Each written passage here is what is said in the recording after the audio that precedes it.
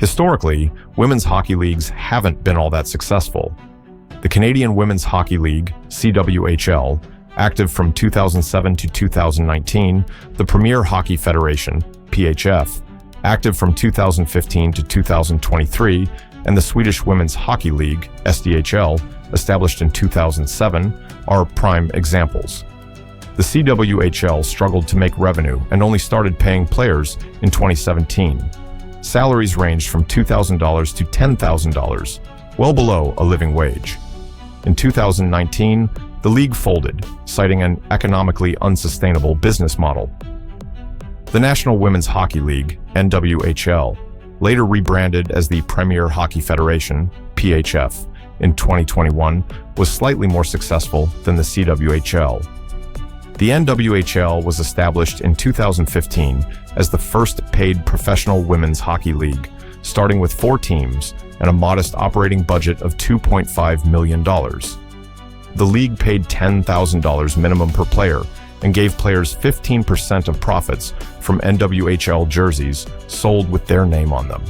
Over time, the league expanded to 7 teams and hoped to increase players' salaries.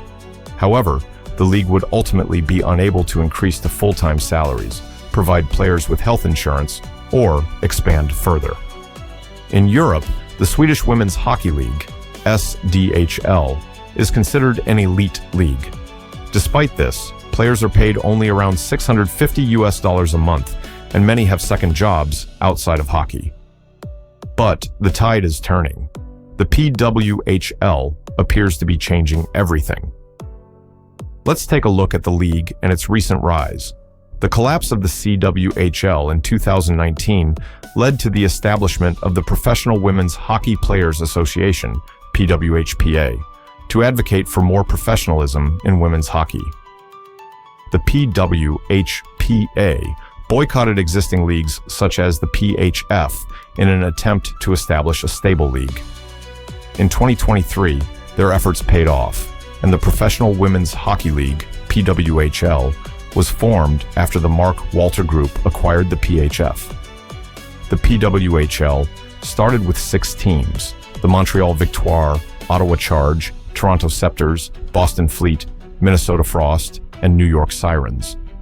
The league introduced a collective bargaining agreement covering 8 years, which included minimum salaries of $35,000, medical benefits, compensation for housing and relocation, retirement benefits, parental and maternity leave, and other incentives. As of today, the average PWHL player is making $55,000, and high-end players are making over $80,000, a significant pay raise from previous leagues. The PWHL launched its inaugural season on January 1st, 2024, with each team playing 24 games, 12 at home and 12 away. From the very beginning, the PWHL was a hit, with the first game between the Toronto Scepters and New York Sirens drawing a Canadian television audience of 2.9 million viewers, the largest for a sports or entertainment broadcast that day. The PWHL broke records for fan attendance, drawing the largest ever crowds for women's hockey with 19,285 at the inaugural Battle on Bay Street and 21,105 for the duel at the top. The league's structure included a postseason tournament for the Walter Cup, named after Mark and Kimbra Walter and crafted by Tiffany & Company. Minnesota defeated Boston in a 5-game series to capture the first ever Walter Cup championship. Kendall Coyne Schofield lifted the trophy, marking a historic moment. This season, the record-breaking attendance at PWHL games continued, totaling 653,415 fans across 90 games during the regular season, an increase of 50% over the inaugural season's attendance.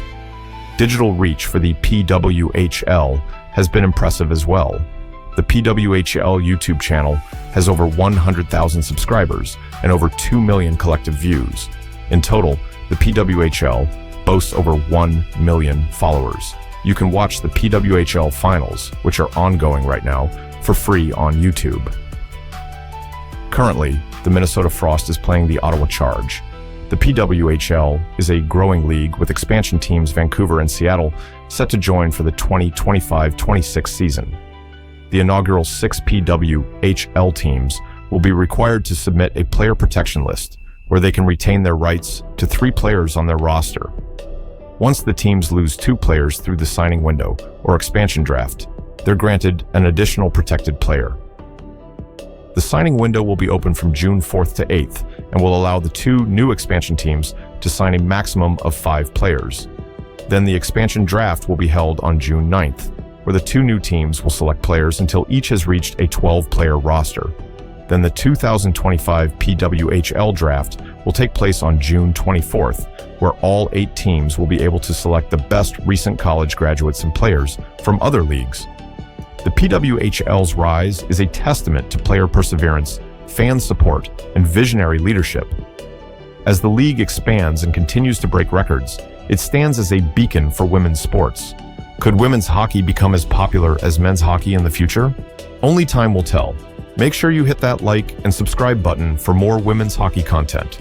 Thank you for watching.